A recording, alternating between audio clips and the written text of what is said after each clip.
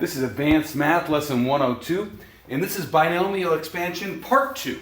So first of all, let's review back from Lesson 77, which was Binomial Expansion Part 1, and we're going to look at Pascal's triangle, right? And I'm not going to go ahead and reteach the whole lesson, but you remember Pascal's triangle goes 1, 1, 1, 1, 2, 1. Remember that any of these, 1 plus 2 is 3, that's where that came from. 3 plus 3 is 6, and 6 plus 4 is 10, or 6 plus 4 is 10. And so this Pascal's triangle continues to go downward. Now, I'm going to do a quick review looking at example 77.1, which says write the fourth term of x plus y to the sixth. Now, I'm going to look at this and realize that this is going to be a 6, so this will have 7 terms in it. I immediately know that. Okay, and I will look at that and say, which one of these has 7? So I'm going to find this, and I'm going to say 1, 2, 3, 4, 5, 6, 7. This has 7 terms, so I'm in this line, and I want the fourth term of this, the fourth term of this line, which would be 1, 2, 3, 4. So it's going to have a coefficient of 20, and I know that. And then I look at it and say, well, this one will have a x to the what? This will be 6, 5, 4, 3, so x cubed. This will have y 0, 1, 2, 3, y cubed. And that's how and if you need to go back and watch that video, I did do this in a lot more detail on lesson 77, but that gives me the fourth term of the binomial expansion of x plus y to the sixth is 20x cubed y cubed. Now, we're going to use that same idea, except, and the book doesn't call it encapsulation. I like encapsulation as a word because it helps me in my head. I'm putting it into a machine. I'm encapsulating into that machine. It's going through what I know, and at the other end, I put back in my variables so that I get an answer. And that's all we're going to do with this. Look at 102.1. Find the fourth term of this. Now, this looks scary, right? Because if I were to find this out by hand and find the fourth term, I would have to multiply this out, write it out 4 times, and continue this out all 4 times, and the binomial expansion of this would be horrible, and the chances of me making an error are very, very high, especially because of this negative sitting here. So what I'm going to do is I'm going to relabel this. I'm going to say negative 3x, that's my first term. I'm going to call that f. I'm going to say 2x squared, or 2y squared, I'm going to call that s. So now that I can say this becomes f plus s to the fourth. F plus s to the fourth. Boy, that makes it a lot easier, right? There we go. This is something that looks a lot like this one, right, over here, because I know what to do with this.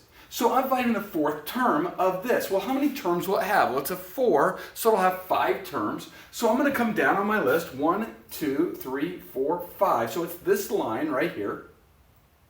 And I'm looking for the fourth term. So I'm going to come in and say 1, 2, 3, 4. And this one right here is my fourth term. So my coefficient will be 4, and that I stick right down there. Now, once I know that, I come over here and I say, well, what about my f and my s? Well, for the fourth term, remember, this would be f to the what? 4, 3, 2, 1. So the f gets an exponent of 1. What about the s? The s gets an exponent of 0, 1, 2, 3. Remember, as one goes down, the other one goes up. So this gets an exponent of 3. Now that I know that, I'm going to plug back in my original numbers, negative 3x and 2y squared. So now I just start doing general simplification. The one exponent, negative 3 to the 1 is negative 3, x to the 1 is x. And then I do here 2 cubed is 8, y to the squared to the 3 is 6. And now I can say 4 times negative 3 times 8, negative 96. And then x to the 1, y to the 6th. And this gives me the fourth term of this. So let's recap what we just did. We know how to do Pascal's triangle binomial expansion. So we use our standard set x plus y, right? Or in this case, f plus s. And once we figure out what that is, we plug back in what is our first and our second term, and this allows me to come up with the fourth term. Now, I've skipped the 102.2 because it does the same thing. I wanted to jump to one that was a little more difficult and jump to 102.3, which is find the third term of this. Now, once again, this looks nasty, right? Who wants to do all this? Okay, so we're going to the fifth power, right? So we're going to write this as this is my first, this is my second. Now I have f plus s to the fifth. This will have 6 terms. So I count over here, 1, 2, 3, 4, 5, 6. This is my sixth 6-term unit. And I want what am I looking for? I'm looking for the third term, so 1, 2, 3. There's my 10, right? This is so easy, I'm just plugging this in. This goes x, what is this, 6 or 5, 4, 3, so this is x cubed or f cubed. And then I go 0, 1, 2, right? And that is my s exponent. So now I'm ready to plug back in my variables, and I do so. Negative 3x goes in for my f, 2y squared goes in for my y, or for my s, and then I start simplifying this out, and I get negative 1080 x cubed y4.